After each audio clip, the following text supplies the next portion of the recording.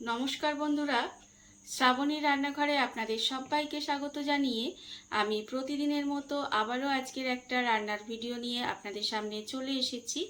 আজকের আমি আপনাদের সয়াবিন দিয়ে একটা অসাধারণ রেসিপি বানিয়ে দেখাবো। আশা করি আপনাদের ভালো লাগবে। তার জন্য কিন্তু আমার পুরো ভিডিওটা আপনাদের দেখতে হবে। আর দেখা শুরু করার আগে একটা লাইক দেবেন, সুন্দর একটা কমেন্ট করবেন আর শেয়ার করতে ভুলবেন না। তাহলে চলুন আজকের আমি এই সয়াবিন দিয়ে কি বানাই সেটা আপনারা একবার দেখে নিন। রান্নাটা করার জন্য প্রথমে আমি এখানে বেশ কিছুটা সয়াবিন নিয়ে নিয়েছি। আর সয়াবিনটা কিন্তু আমি আগে থেকে গরম জলে আধ ঘন্টার মতো ভিজিয়ে রেখে দিয়েছিলাম। এইবারে দেখুন সয়াবিনটা কিন্তু ঠান্ডা করে আমি জলটা চিপে নিয়েছি। জলটা কিন্তু খুব বেশি চিপিনি, এইভাবে অল্প অল্প জল আছে, আপনারা দেখতেই পাচ্ছেন। এইভাবে কিন্তু সয়াবিনটা নিয়ে নিতে হবে। এইবারে আমি একটা মিক্সির জার নিয়ে নিয়েছি। মিক্সির জারের মধ্যে কিন্তু এই যে সয়াবিনটা আমি এখানে রেখেছিলাম সেই সয়াবিনটা আমি নিয়ে নিলাম। সয়াবিনটা নিয়ে এইবারে এর মধ্যে কিন্তু আর কোনো রকম জল দেব না, শুধুমাত্র এই সয়াবিনটাই কিন্তু মিক্সির মধ্যে দিয়ে একটু পেস্ট করে নেব। সয়াবিনটা আমি এখানে পেস্ট করে নিয়েছি। সয়াবিনটা কিন্তু পেস্ট করা হয়ে গেছে। আর দেখুন এরকম কিন্তু একটু দানা দানা, মানে একটু এরকম দানা দানা থাকবে, কিমা মতো হবে আর কি, একেবারে মিহি পেস্ট হবে না। এইরকমভাবে কিন্তু পেস্টটা করে নিতে হবে। আমার হয়ে গেছে। এইবারে এটাকে আমি একটা বাটির মধ্যে ঢেলে নেব। সয়াবিনটা আমি এখানে বাটির মধ্যে ঢেলে নিয়েছি।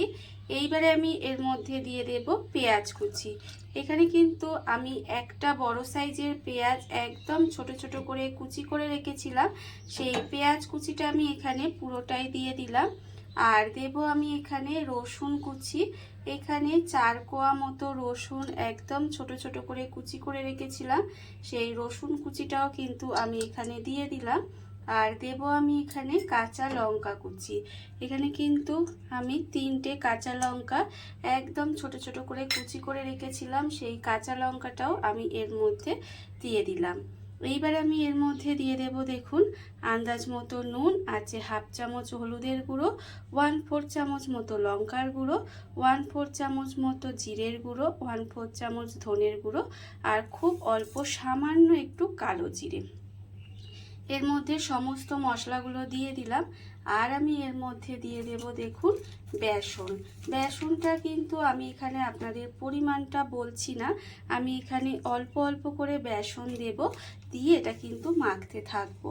আর এর মধ্যে কিন্তু কোনো রকম জল দেওয়া যাবে না, এইভাবে অল্প অল্প বেসন দিয়ে কিন্তু খুব ভালোভাবে এটা মেখে নিতে হবে। এই বড়াগুলো খেতে কিন্তু অসম্ভব সুন্দর হয়। আপনারা কিন্তু এগুলো ডাল ভাতের সাথে খেতে পারেন বা শুধু মুখেও কিন্তু খেতে পারেন, ভীষণ ভালো লাগে। আমি প্রতিদিনের মতো আপনাদের একটা কথাই বলবো যে প্লিজ আমার ভিডিওটা আপনারা টেনে টেনে দেখবেন না, পুরো ভিডিওটা দেখুন, আশা করি আপনাদের ভালো লাগবে। দেখুন আমি কিন্তু এইভাবেই অল্প অল্প বেসন দিয়ে কিন্তু এটা আমি রেডি করে নেব। অল্প অল্প বেসন দিয়ে আমি কিন্তু এটা খুব ভালোভাবে মেখে নিয়েছি। আর মাখা আমার হয়ে গেছে। আর এখানে কিন্তু আমি অল্প পরিমাণেই করছি বলে আমি কিন্তু সব কিছু অল্প দিয়েছি।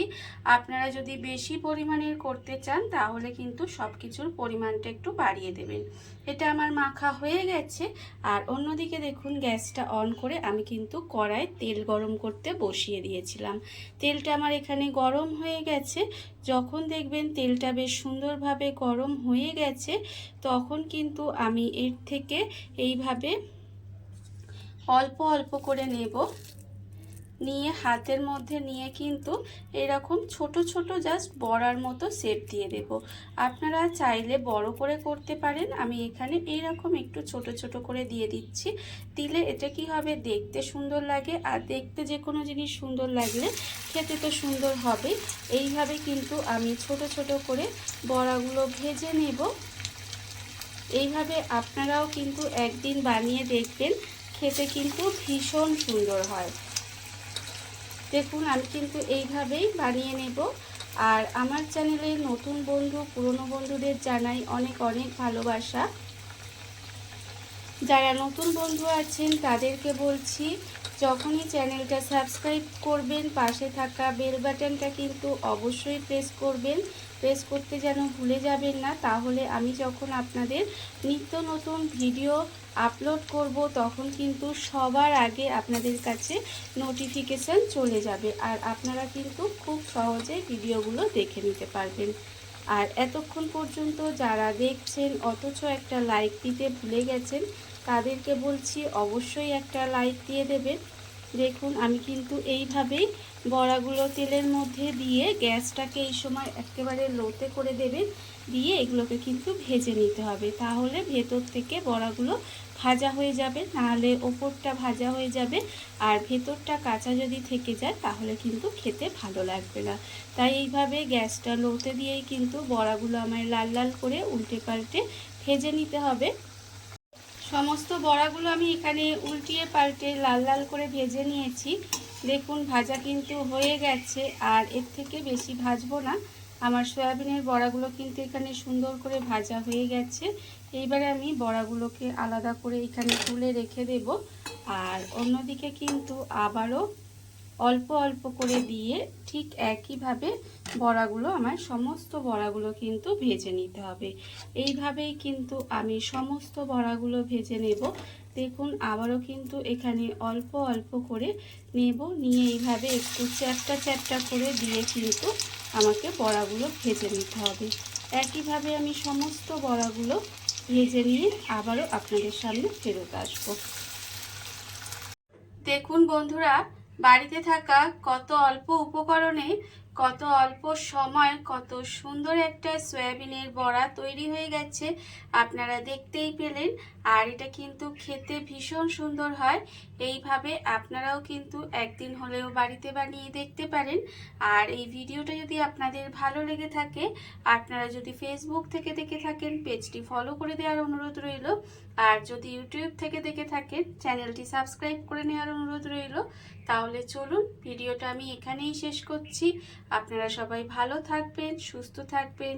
আবারও হাজির হব নতুন কোনো রান্না নিয়ে।